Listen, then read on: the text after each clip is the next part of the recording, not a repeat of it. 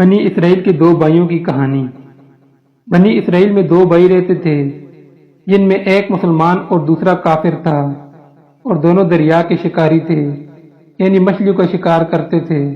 کافر بت کو سجدہ کرتا، پھر جب مچھلیوں کے لیے دریا میں جال ڈالتا تو اتنی مچھلی آ جاتی کہ ان کو کھینچنا مشکل ہو جاتا، لیکن مسلمان شکاری کے جال میں صرف ایک مچھلی آتی، اس پر بھی وہ خدا کا شکر ادا کرتا۔ ایک دن مسلمان کی بیوی اپنے گھر کے چھت پر گئی تو اس کی بیوی کی نظر کافر شکاری کی بیوی پر پڑی، جو کہ بہترین زیور اور خوبصورت لباس پہنے ہوئے تھی۔ مسلمان عورت کے دل میں وسوسہ پیدا ہو گیا کہ کاش میں بھی ایسی ہوتی۔ یہ دیکھنے کے بعد کافر کی بیوی اس سے بولی کہ تم اپنے شوہر کو بولو کہ میرے شوہر کے خدا یعنی بت کی عبادت کیا کرے، تاکہ تم بھی میری طرح مالدار ہو جاؤ۔ مسلمان کی بیوی غمزدہ ہو کر نیچے آئی، اور جب اس کا شوہر آیا تو اس کو دیکھ کر پوچھا کہ کیا ہوا ہے جو اس قدر پریشان نظر آ رہی ہو۔ اس کی بیوی کہنے لگی، بس میاں، یا تو تم مجھے طلاق دے دو یا پھر اپنے بھائی خدا یعنی بت کی عبادت کرو۔ یہ سن کر اس کے شوہر نے کہا، خدا کی بندی، تم خدا سے نہیں ڈرتی، ایمان کی دولت کے بعد کفر کی باتیں کرتی ہو۔ بیوی بولی، بس زیادہ باتیں نہ کرو، میں اس طرح غریب نہیں رہ سکتی، جبکہ دوسری عورتیں زیورات اور عمدہ لباس پہنے رہتی ہیں۔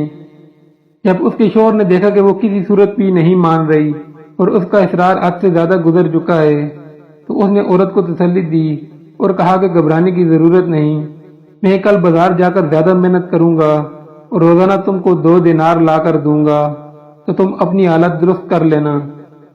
یہ سن کر اس کی بیوی مان گئی۔ وہ مرد مومن مزدوری کی تلاش میں نکلا، لیکن کسی نے اس کو کام نہیں دیا۔ آخرکار وہ مایوس ہو کر کسی دریا کے کنارے بیٹھ گیا اور شام تک اللہ کی عبادت میں مصروف رہا۔ رات کو جب وہ گھر آیا تو بیوی نے پوچھا، آج تم کہاں تھے؟ اس نے بیوی سے کہا کہ میں بادشاہ کی خدمت میں تھا، بادشاہ نے مجھے 30 دن کے کام کی شرط رکھی ہے۔ بیوی نے بولا، بادشاہ تم کو کیا دے گا؟ اس نے کہا، میرا بادشاہ بہت کریم ہے، اس کے خزانے مال و دولت سے بھرے ہوئے ہیں، وہ مجھے وہ دے گا جو میں چاہوں گا۔ چنانچہ وہ اسی طرح اللہ کی عبادت میں مصروف رہا۔ 29ویں رات ہوئی تو بیوی نے کہا، اگر کل تم نے مجھے مزدوری لا کر نہیں دی تو مجھے طلاق دے دینا۔ یہ سن کر اس کو پریشانی لاحق ہو گئی۔ اگلی صبح اس نے یہودی سے کہا، کیا تم مجھے مزدوری پر لگا لو گے؟ یہودی نے جواب دیا کہ ٹھیک ہے، مگر میرے پاس تمہارے کھانے پینے کا کوئی بندوبست نہیں ہے۔ وہ مرد مومن روزے کی نیت سے کام کرنے کے لیے چلا گیا۔ دوسری طرف ایک آدمی نے اس کے گھر کا دروازہ کھٹکھٹایا۔ اس کی بیوی نے دروازہ کھولا تو اس آدمی نے اس کی بیوی کو 29 اشرفیاں دی اور کہا کہ تمہارے شوہر کی مزدوری ہے۔ ہمارا شوہر 29 دن بادشاہ کے کام میں تھا، یہاں تک کہ اس نے بادشاہ کو چھوڑ دیا۔ اگر وہ 30ویں دن بھی کام پر آتا تو اس کو بہت سی اجرت مل جاتی، لیکن وہ یہودی کے پاس چلا گیا۔ وہ عورت ان میں سے ایک اشرفی لے کر بازار نکلی۔ جب اس نے سونار کو وہ اشرفی دی تو اس نے 1000 درہم عورت کے حوالے کر دیے۔ جب شام کے وقت شوہر گھر آیا تو بیوی نے اس سے پوچھا کہ آج تم کہاں تھے؟ اس آدمی نے بولا کہ میں یہودی کی دکان پر تھا۔ اس کی بیوی نے کہا کہ آخر تم بادشاہ کی خدمت کی بجائے دوسروں کی خدمت کیوں کرتے ہو؟